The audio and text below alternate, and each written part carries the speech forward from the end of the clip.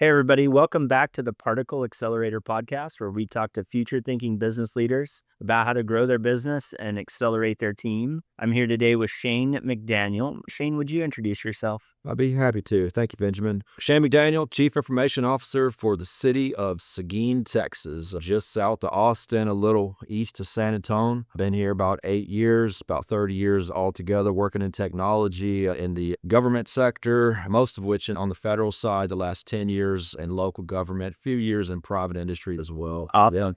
Yeah, it's going to be cool to talk to a municipal CIO. This is an awesome opportunity. Appreciate you being here with me. I'd love to get to know you a little bit. And the way I do that on this podcast is I ask, how, as a human being, did you make your first dollar? My goodness, it was probably cutting grass when I was, I don't know, give or take 10 years old. Maybe it was 8, maybe it was 11. I don't remember. But I grew up on a small plot of land, a few acres. I remember when I first started doing it, we didn't have a riding mower. So it was me out there with one of those push mowers. And my grandpa used to give me $20 to mow multiple acres. I thought I was rich. Looking back, oh man, he was getting over on me. Pretty sure that's how I made my first dollar, if you will. That's a good question. Do you think you had any toy or hobby when you were a kid that influenced what you do career-wise today? I really don't. No, I've been working in tech, as I alluded to in the intro, for almost 30 years. 2026 will be my 30th year working with technology. Outside of my professional realm, which I love what I do, the people I work with are amazing, all good. I'm so thrilled how my career has worked out. However, my personal interests do not lie with technology. I was never a gamer. I was never someone to build computers. I didn't even own a computer until 15, 20 years ago. Whenever I went back to school and earned degrees, I said, I guess I finally should buy one. So yeah, my personal life did not intersect with my professional life much there, but that's okay. I like being, like I said, well-rounded, and I got other interests outside of technology, but I'm so thankful for this career that I do have, and it's provided a wonderful life. What was your favorite and least favorite course in school? Oh my goodness.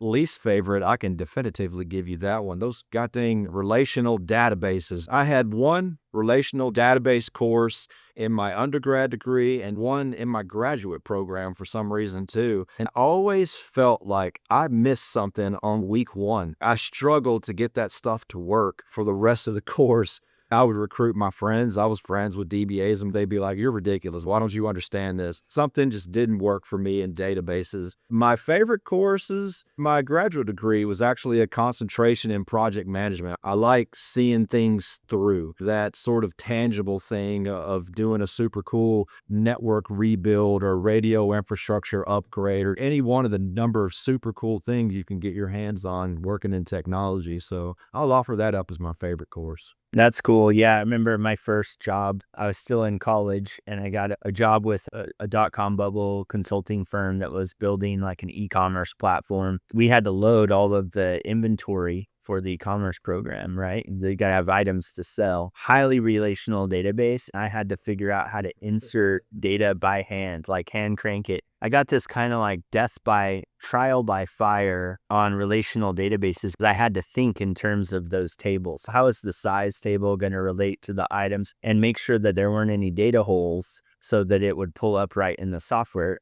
Eventually, I started to write software to load the inventory, a back-end data loader to help the team. I was hand keying in items. I got this trial by fire on relational databases in real-world application. I agree with you in terms of the love that I have for that. Tell you what, man, no better way to learn than just dig in and do it, right? Maybe that's what it took for me to pick it up. Anybody that might be listening that's younger in their career or interested in a career in technology, DBAs, my goodness, that's $100,000 plus position right there. They specialize in that and earn every penny too. So there you go, young people, databases. Maybe I will change it. Anything in data is going to be around. What do you think with data? You would think. Well, I want to get into the substance of this. This is the first time I've ever been able to sit down with a municipal CIO. In your career arc, you worked at the NSA, the National Reconnaissance Office, Dell, Fujitsu, and then took a significant pay cut to become a municipal CIO, at least I'm assuming. What drove that decision, and what has it taught you about how we should define success as leaders? Yeah, that was a pretty interesting time in my life. For the folks that maybe not familiar with me, there's some stories online. I've done some other conversations around this sort of thing that I did back whenever I was turning 40 years old, which is ironically enough 10 years ago because I'm a few weeks away from turning 50. So there you go. About 10 years. We're only as old as we feel. So we're doing okay in that area. Probably a little testosterone can't fix. Now, there you go. So about the time I was turning 40 years old, I had spent the first 15 years of my career United States Air Force. I was a government contractor. You mentioned the National Security Agency, the National Reconnaissance Office. I spent 10 years with the NRO. Loved it. I'm a kid from a small town, Texas, population less than 1,000 to this day, like just a blinking red light. We didn't even have yellow and green on the one light that we had in town. I got to help support technology that got satellites launched into space and the telemetry, the data being transferred from the satellites in orbit down to how the feds are using it and whatnot, forward deployed, all this cool stuff that's happening. Such a cool thing I got to do, particularly as a young man that was interested in space and we used to look through the telescope. Super cool, right? The first 15 years of my career I spent in a government capacity. I wanted to try something else. I came to the realization like, oh man, I'm not going to be able to achieve those personal dreams of buying a home. So I decided to give a private industry a try. And that's how I started with Dell and wound up getting laid off. But I was working in cybersecurity at the time. I have a long history with cyber, and I found the position with Fujitsu immediately before my time ran out at Dell. Started a new position, and I came to the realization this just isn't for me. The people that I worked with were absolutely wonderful. I had teams all over the world, in the Philippines and Mexico and Romania and India. I had employees everywhere. It just didn't resonate like it always did for me whenever I was supporting technology for the intelligence community and the things I got to do in the Air Force. That just meant more to me, even though I couldn't really put my finger on it. So I did something a little bit crazy. The day before I turned 40 years old, I put in my notice to resign. I had a few interviews lined up, but I didn't have anything solid. Now I could get away with this because I had saved enough. I had the support at the house. Don't have to worry about kids, things like that. Family, didn't have kids in school. I don't have some of the same concerns that maybe a lot of folks do. So I was able to just roll the dice, if you will. I felt I had invested enough in myself, my career, my education, my credentials, my experiences. Let me do this. I think I can make it work. Fast forward about 3 months, if I remember correctly, I found Texas local government. I was already in Dallas at the time. Native Texan, born and raised. I've had the good fortune of living and working around the world, but I always knew I'd go back home at some point. So I came back home to Texas in 2014. I landed with a city not too far from you, the city next door, where I was in middle management for a local government overseeing the city's infrastructure. Today, there's well over 200,000 people in that city. I think it was a little bit under that whenever I was there 10 years ago. I fell in love with it immediately. Whenever I was spending all that time doing what I was doing with the federal government, it was never lost to me that making that connection, installing that switch, running that fiber was potentially impacting those forward deployed warfighters. Maybe that's what they needed to complete that mission successfully so they could come back home to their families and whatnot. Always mattered to me. Now, whenever you're in local government, it's a little bit different perspective. Here I am in the city of Seguin. I live here. I work here. It's my home. Whenever I go to the grocery store, a movie theater, whatever, those folks, maybe they don't understand cybersecurity or any of the other things that we get ourselves into. It's okay though, because I got their back. What I do today is for a much smaller group of folks. It's a native Texan giving back to Texans, which in my mind I absolutely love. That's what we do. It's like in local government, you're like the people that you see out and about, those are the people that you are supporting. I think that's pretty cool personally. Which environment between the military, intelligence, Fortune 500, and now government, which environment do you think taught you the most about leadership? I think there was a fork in the road circa 2010, maybe a little before that. I had spent 10 years in Los Angeles, basically with the same group of people, a little bit of turnover. It was the military folks. It was some contractors like myself, but we didn't turn over that much. There was a couple of big contract changes and there were some changes here and there, but it was basically the same group of people. And that was when I got the opportunity there was a fork in the road. It's like, like, all right, do I stay on the technical path where maybe I become like a network architect or something a lot like a high-end technical resource, or do I go down the path of leadership where at this point I barely consider myself an IT person. I'm more into like administration and budgeting and the business of IT, there's air quotes. As I call it.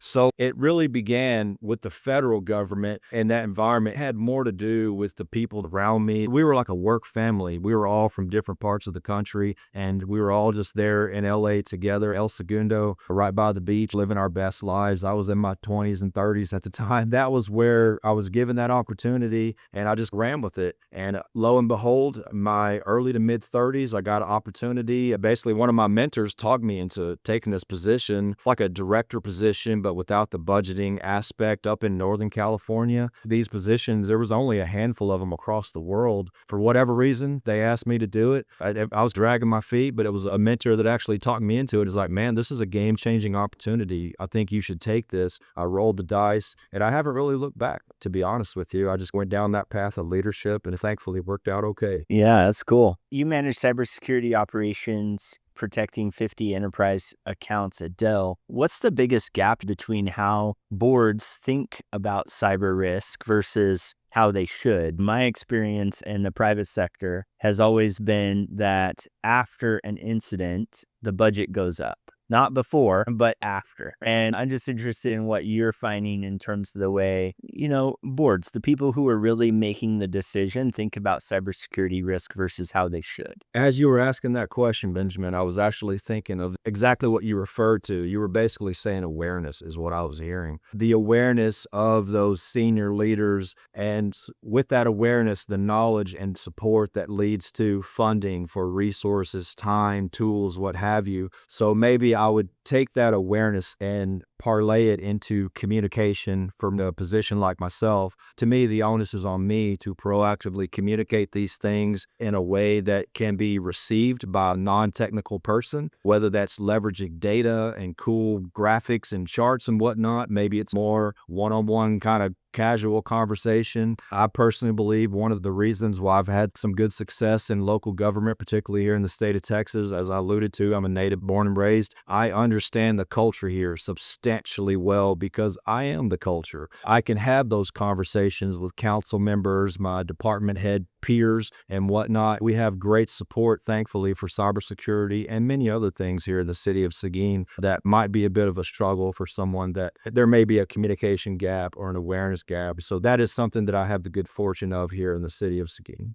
Yeah, that's cool. My understanding is municipal governments are now prime targets for ransomware. What lessons from defending the city translate directly to mid-market companies that often think we're too small to target? Oh, it's the opposite. I would say the size and perception that maybe we don't have the funding, the resources, the assets, the tools, what have you, to protect our environments. I can rattle off 36 of my partners out there that have been hit with some type of ransomware, cyber incident, what have you, something that maybe isn't known outside of local government, or if you don't work in the SLED space, the state local education space, for the hundreds and thousands of partners that are out there. We all talk in local governments. I am completely aware what's going on with the city down the road and the other side of the state. I've talked to cities as far away as Indiana and Alaska. I've actually talked to somebody over in Alaska. We're all connected. And what I always say about local government is we have different environments, support, tools, and whatnot, but we're all variations of one another. I always viewed those relationships with my peers in cities, counties, what have you, as an extension of staff. I never have to reinvent the wheel per se. I just have to have that relationship with that person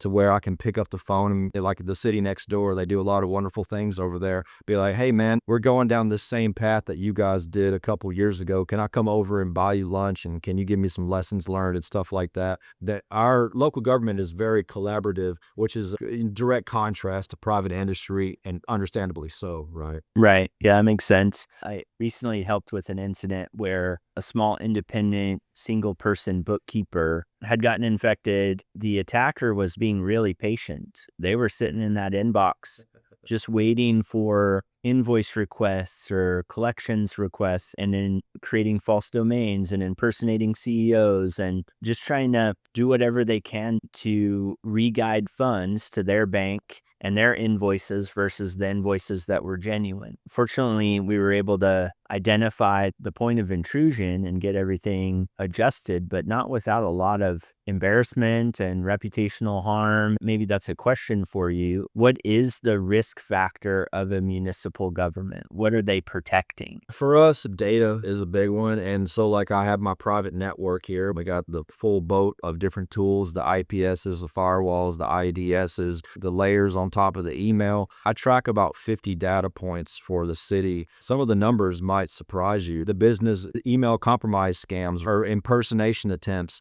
they've gone down this year, but in years past, we were getting hundreds of those. I see it all the time. As a matter of fact, I speak at every new hire orientation here in the city of Seguin. It's happened multiple times where there's a new employee that maybe they've been there a couple of weeks or something. And if it's a high profile position like a director, somebody has already tried to impersonate them and redirect their direct deposit. That's probably 70% of the impersonation attempts that I see. I'll share a few slides. It's mostly a conversation about cyber. I like to catch people as they come in the door and just say, hey, we're same team. Like if you see something, say something. It's funny because I'll show them, hey, new director, did you contact this person from HR to see about redoing your direct deposit? I'm thinking of someone in particular. They almost turned white because I showed the email what it would have looked like had HR actually received it. It got hung up in one of the filters, right? Some of the tools that we have in place. But I showed it to them. It's like, oh my God, what is that? I did not send that. So don't worry about it. HR never received it. And then I go into this tool we have called Mimecast that does all this stuff for us. And this is what we're seeing right here. Basically, somebody was trying to impersonate you. This is a fake email address. Check this out. So I always want to communicate to people as they come in the door. We all know people. I've been there myself in my life where I was living paycheck to paycheck, right? We got bills to pay, rent, what have you, put food on the table. And so there's folks out there living paycheck to paycheck. If you are not concerned about cybersecurity from an organizational standpoint, you need to be concerned about it from a personal standpoint because, matter of fact, someone very close to me here, I'm not going to say their name, but another entity, they got hit with a ransomware event a couple years ago, 2 of them in 6 months. They could not run payroll. What does that do to your family if that paycheck is delayed for 3 weeks while they're trying to figure this out? Never happened here in the city of Seguin, thank you, knock on wood. But that's why I want people, if this doesn't matter to you as far as the organizational stuff, maybe it matters as far as the personal stuff. If cybersecurity, it's not just this, it's also this too. That's part of the communication here. If a CEO asks you to assess their cybersecurity posture in 30 minutes, what 3 questions will you ask them? Oh my goodness. That's a good one. Yeah, first I want to ask them a CEO. So number 1, can I talk to your CIO or your IT director if you have, because I'm not going to get the answers that I'm looking for probably from the CEO unless maybe it's the CEO of a cyber company. The first thing that comes to mind is, okay, tell me about your stack. What do you have in place? And maybe that third question would be, what are you doing as far as communication out to protect your end users? Because I think we all would agree that's our greatest risk, right? Those entry points via our customers, end users, whoever's using our technology. So I want to understand that. And that's all I got off the cuff there. Like I asked them. I think I would ask the CEO if they have a different password for every system that they use. I would just ask them that practical question. Because for me, if I want to know a company's security posture, the leadership team would have to be a good example of the security posture. If you don't have a different password for every system, it's not just an if, it's a when. You get phished and have a pretty major compromise. But if you have a different password and you have a tool, Bitwarden, LastPass, something that you're using to manage all of that, not a sticky note attached to your monitor, then you've probably distanced yourself from a large majority of the population that's easy to attack. I have 2 people dedicated to cyber here in the city. It's probably been a year or so ago now. There are some compliance requirements that all local governments have to follow. Anybody from local government hears this, criminal justice information systems, they're going to know exactly what that is. There's some HIPAA stuff, PCI, things of that nature. But my my cyber manager last year wanted to purchase this tool. I believe it was called Spec Ops, but for CDISC requirements and as far as password complexity and whatnot, we push it out citywide for all of our end users and whatnot. But this tool that he wanted, it tells him, all right, who's duplicating passwords out there on these systems? So anything connected to AD, we're going to know it. And sure enough, he gets his reports and he'll pick up the phone. One thing about working in the city of Seguin, we have phenomenal relationships across the board, from the rank and file staff to the managers, supervisors, and directors, and up to our council and the city manager. So it's pretty easy. Hey, man, I saw that you're using the same password for this and this. Don't do that. And here's why. We actually have an asset to help us manage that for our organization. Yeah, that's a great, any kind of feedback loop around the variety of passwords, password quality. And I think a CEO would be aware of some sort of phishing training course. Are you training your folks how to identify a phishing attempt? I would think a CEO would know that. They shouldn't take it, right? If you're in local government, in 2019, the state of Texas passed House Bill 3834, I believe. That basically mandated cyber awareness training for any employee, to include your councils, that may have a city or county issued email address. So it's an annual thing that they do here in the state of Texas. There's compliance. I recertify the city, as do all of my peers, on an annual basis. It's around the summertime. They've even taken it one step further over the last several years. If we do not complete that awareness training as a government entity, we can become ineligible for certain grants. The city, a couple years ago, $35 million in grants for roads, PD, and fire, like all these things. It's a huge subsidy for us and for other folks as well. So if we were to become ineligible for a state grant because we didn't complete our awareness training, that doesn't work. My boss isn't going to be very happy about that. I'll even take that one step further. In the last legislation session for the state of Texas, and I don't remember the bill number, but they passed the same requirement for AI. Every single one of our employees here in the city of Seguin, as well as every other local government here in the state of Texas, and probably the state employees too, I would think, they're going to have to complete cybersecurity awareness training as well as AI awareness training on top of that. We're working through that right now. It hasn't been defined completely yet. I think like we partnered with KnowBe4, the big name for awareness training. Yep. We're hoping, we assume, we've been trying to figure out, you guys are doing this, right? But it's going to be a requirement. Yeah, because I don't think folks are aware of this just because it's not, I think you and I in our positions in tech are still learning about it. But what's really interesting is all the AI companies or any big tech company interested in expanding their AI offering, a lot of companies are buying browsers. So Claude just bought a browser, Atlassian products, your Jira, they bought a browser. And so the idea is that the information, the data that you collect exists in the browser. And so if I can connect my AI experience to the internet browsing experience, then I can offer more value. Our AI experience and our browser experience are about to get more linked. In much the same way you could have SQL injection attacks. And for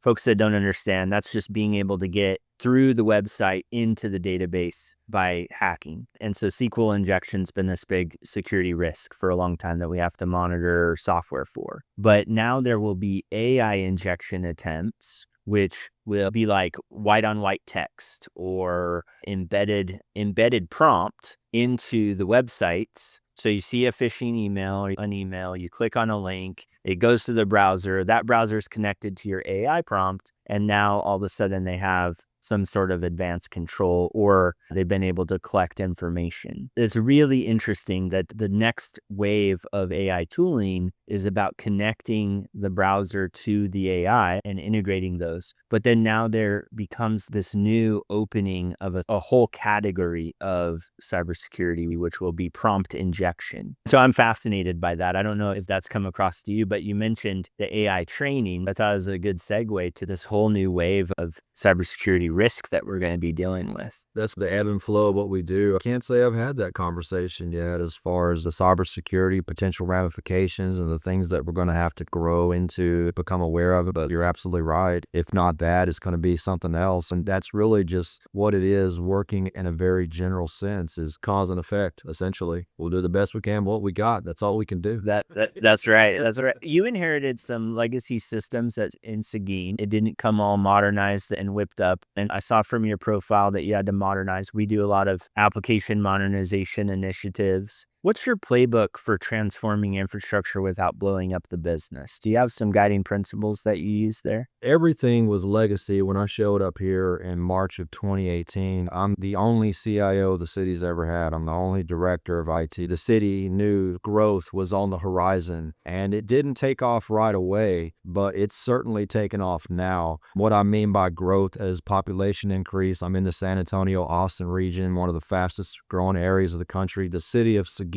last year was the 23rd fastest growing city in the country, I believe. We dropped a little bit this year, but case in point, the 2020 census, we do our censuses every 10 years in this country. We came in just under 30,000 population. We're over 40,000 now. We estimated we would hit 50 by the end of this decade, and we are on target to hit that. So that's 35% growth, something like that. We had one subdivision that was being built inside the city limits when I first moved here. Today, there is 60 subdivisions and 18,000 homes in development just in the city limits. There's more out in the county too. The growth here is a little bit out of control. To be honest with you, what does that mean as far as the operational scope here in the city of Seguin? We had to get the infrastructure ready. We're basically doing more with less, like a lot of people out there. We add anywhere from 15 to 20 positions every single year. When I started here, I believe there was less than 400 employees, and we're around 550 city employees now.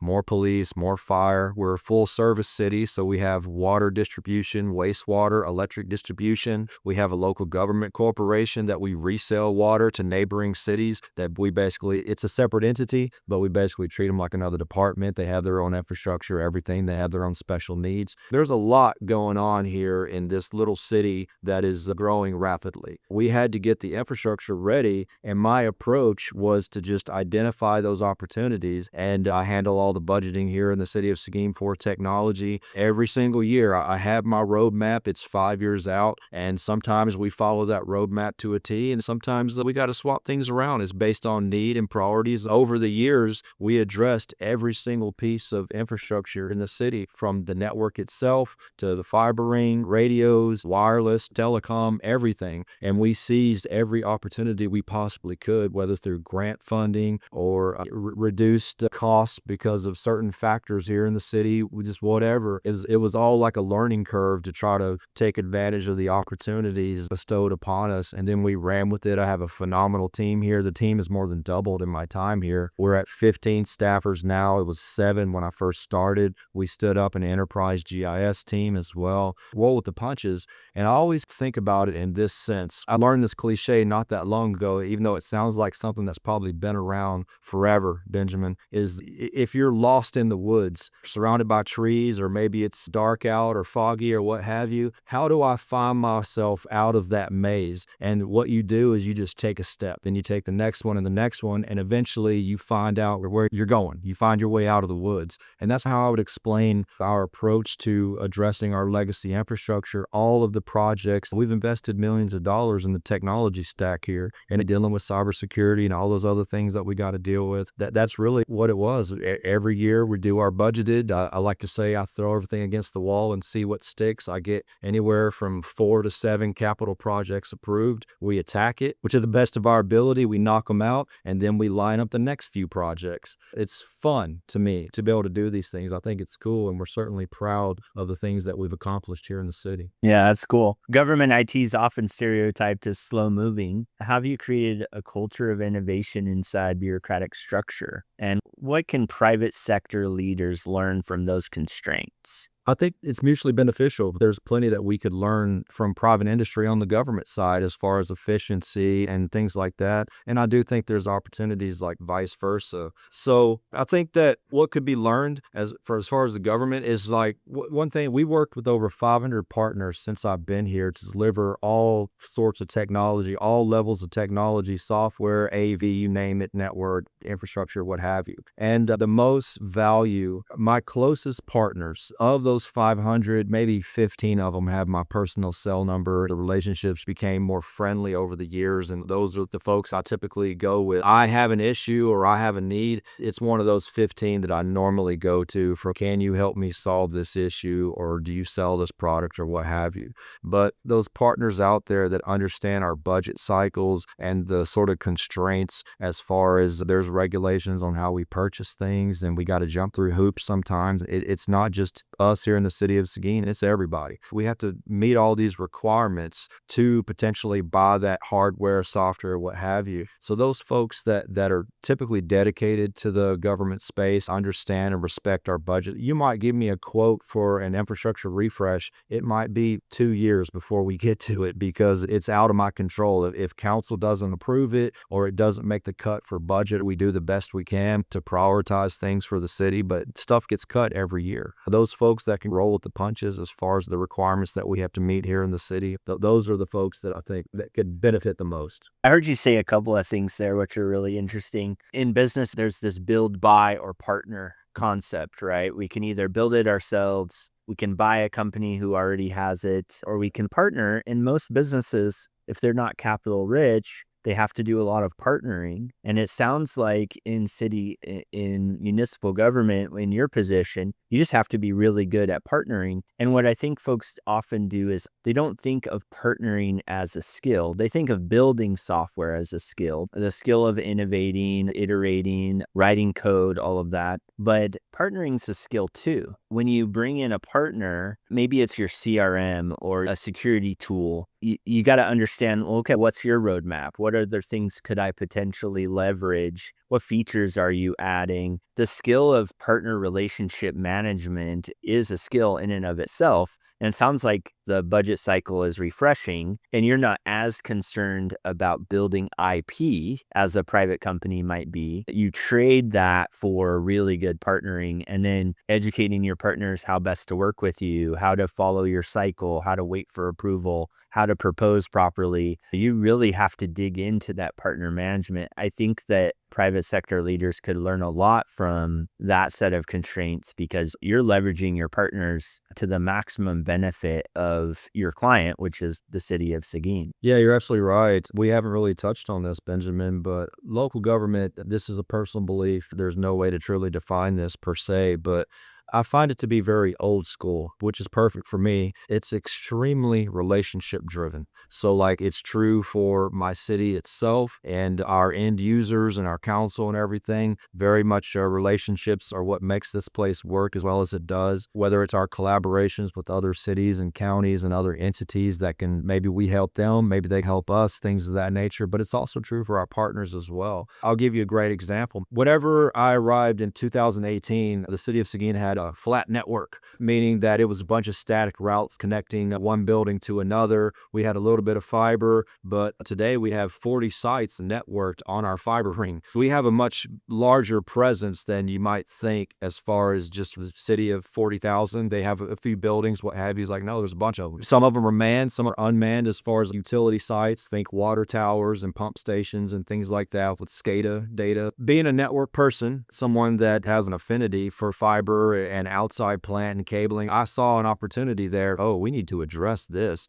We built out an internal fiber ring. We have 22 miles of city fiber now. I have all but one facility on fiber. We've added 20 sites to our fiber ring. We own all the poles, so that makes it easy. We blew up our network and added layer 3. It took a year of preparation to break everything down. We had to touch every single device that had an IP address. We redid the VLANs, everything. It was June 2019. 2019 that we were ready to flip the switch on our brand new network. We went with Extreme Networks, replaced all the switches. Everything's brand new. It was Saturday morning, about 5 in the morning. We all met up at our police station. We have 3 data centers here in the city. Everybody came in. We had it all planned out, cables that were labeled. We were going to swing them from the old network to the new network. That day, the city was prepared and the migration went about as well as it possibly could. But talk about partners. My sales engineer for Extreme Networks, that is a personal friend of mine now, he lives in Austin, about an hour away from us.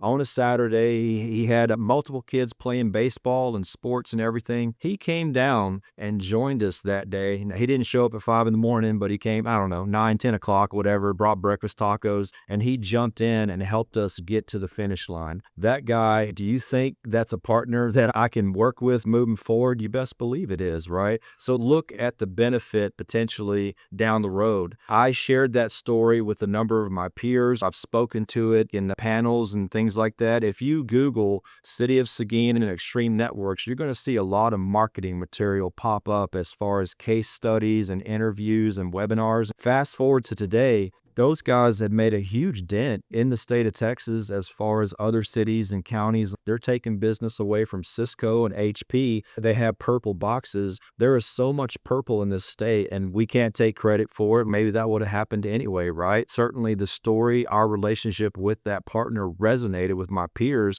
Hey, that's exactly the kind of support that we want. Those partners that put themselves out there and go that extra mile, and people that I can trust and rely on. I'm still relying on that guy to this day. Like I said, he's a personal friend of mine now. That is the kind of partnerships that we want here in the city of Seguin. I'm comfortable speaking for many of my peers out there, those folks that operate at that level. Not everybody can. We certainly understand that. Not everybody will understand that as well. Those are the folks that we can do some great things together if that's how you guys work. Yeah, that's great. It sounds like trust is really important in your culture. Shifting that to your non-technical stakeholders, how do you actually build that trust with the non-technical stakeholders who just want things to work? That kind of goes back to what I said a few minutes ago, Benjamin, as far as I personally view local government, at least here in the state of Texas. I think it's probably true in other places as well. Very old school. And what I mean by that is we work together, we spend a lot of time together, we accomplish hopefully great things together, but it's not always about the business side of things. It's getting to know them beyond work. As far as like whenever I'm networking with my peers here in the state of Texas, I always tell people the collaboration, the educational side of attending events or conferences, that's phenomenal. There's a lot of benefit to that. But at least here in the state of Texas, you make your bones at the bar at night. That's where you make those relationships that tend to like stick, and you develop them, and then maybe you go to the next level, if you will. I know that Shane guy, he's all right. I can trust him. I can rely on him. Or maybe he got some dirt on me last night. I better do what he asked me to do. So whatever the case is, and I think that's true to a lesser degree as far as the relationships with council. I go to pretty much every council meeting here in the city. All the council members know me by my first name, and I live in the city too. This is my home, but I think that resonates with my community. One of the first major projects we did was upgrade the computer-aided dispatch for public safety so they could potentially get to those citizens in need faster, more efficient, what have you. I live in the city, y'all. If my house catches on fire or something crazy, I want those men and women to get there as quickly as possible, just like other citizens do as well. I think it resonates with my leadership, my council. I have a vested interest in the success we have as an organization, as well as the technology for delivering services and data to our citizens. I think you have a gift there. You have a gift for connecting what you're working on to the overall purpose of it. That's been a theme throughout your discussion, connecting the why. I think you are inherently good at connecting those things and then helping your team to understand that. Hey, we're not just implementing this new system. We're implementing a system that would speed up first response incidents. I think that's more rare than you realize. Most people don't make those connections, but you seem to make those really rapidly, and probably why you love what you're doing, working for and with your local citizens. Well, thank you, Benjamin. I definitely appreciate that. That's a heck of a compliment. I would describe it in a different way. Early in the podcast here, I kind of alluded to being from a small town, growing up on acreage and whatnot, and animals and things of that nature. Say that to say this. I'm a blue collar guy. I'm a good old boy. I'm quick to tell people that. Like like my trucks and stuff like that. That resonates in this environment. I can operate with technology. I understand all that, the experience from living and working around the world and bringing that all back home to Texas. And so I live between those high technology people that are doing just unbelievable things with the technology and the real folks that maybe they're more non-technical. It matters to them, but maybe they don't understand it. And that's okay. That's our role here, is to try to make it work. I live in the middle as the communicator. I speak both technology and normal. For sure. Yeah. That is my role here, is to live between those two worlds. You also received the Secretary of Defense Freedom Award for supporting employees in the National Guard and Reserve. What did you learn from that? And what has military culture taught you about building high-performance civilian teams? Well, that's a great question. I am prior military. I was raised in a military family, not just my father, but multiple relatives. We got all the branches covered, and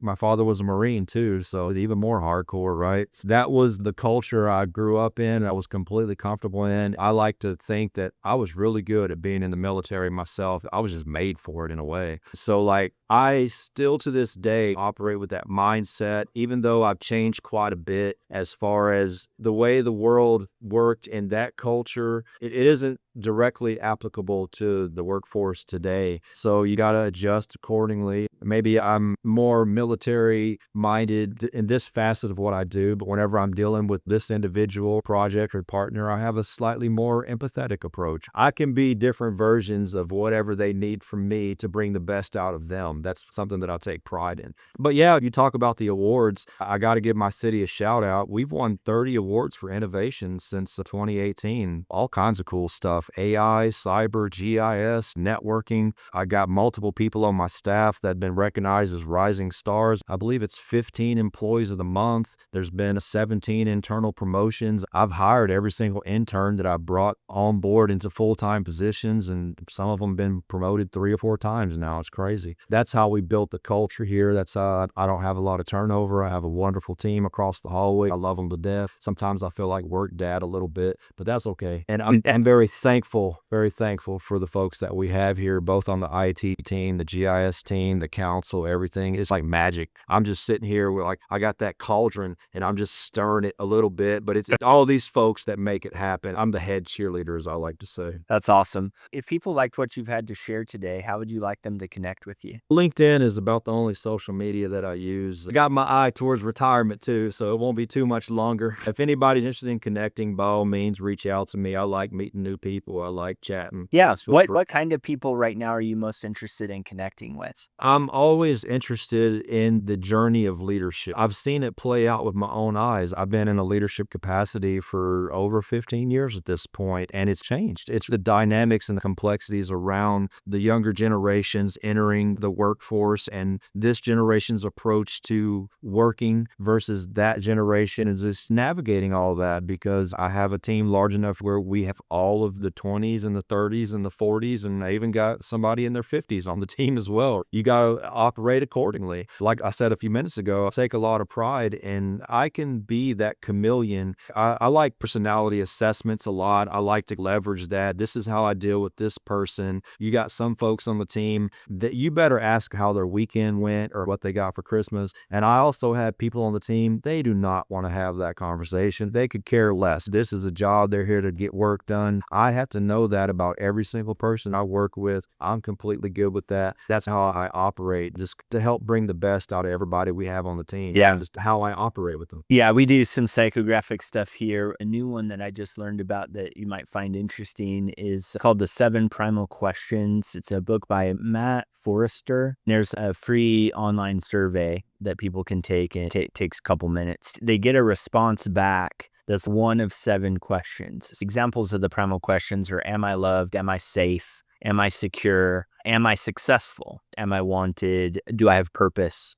What I have found with my team is if I know their primal question, I can anticipate what kind of information I need to give them about an organizational change. So whether I'm assigning them to a new project, if they are an am I safe person, they want extra information about job security, about safety. They want to know about risk and how are we going to reduce the risk around this particular change. I'm a Q5 person. I'm an am I successful person. So I want to be tied into, okay, how is this going to make me and the business more successful? Or how is this going to help my career? How is this going to contribute to success in some way? Am I loved or am I wanted person may just need to know, hey, we need you as a part of this. You are part of the team and we need you to be part of this in order to accomplish the mission, accomplish the outcome. We do Clifton strengths. We've also supplemented Clifton strengths with high five strength, and then of course the DISC assessment. So as you say, you like the personality testing stuff.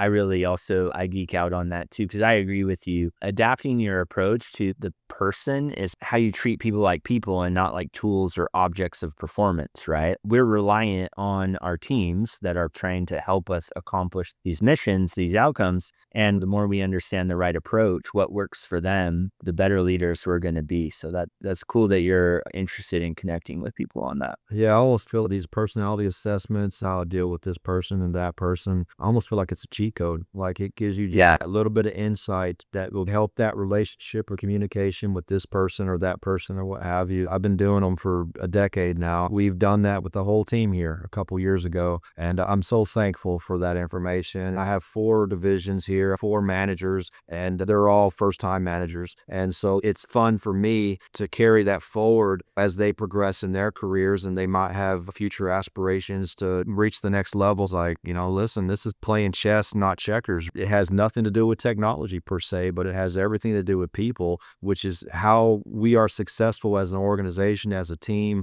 which ultimately makes you successful. If you can help bring the best out of that person or get them engaged or hyped up about this project or what have you, or the mission at hand, that's just an asset for you. That's what I call chess, not checkers. You're thinking on the next level. Yeah. And I love stuff like that. Yeah, that's cool. Awesome. It's been great chatting with you. I appreciate your time. I'm really excited to see all the things that you continue to accomplish with the City of Seguin. Shane, thank you for being here today. All right, man. Thank you so much for having me. It's been an honor. Appreciate it.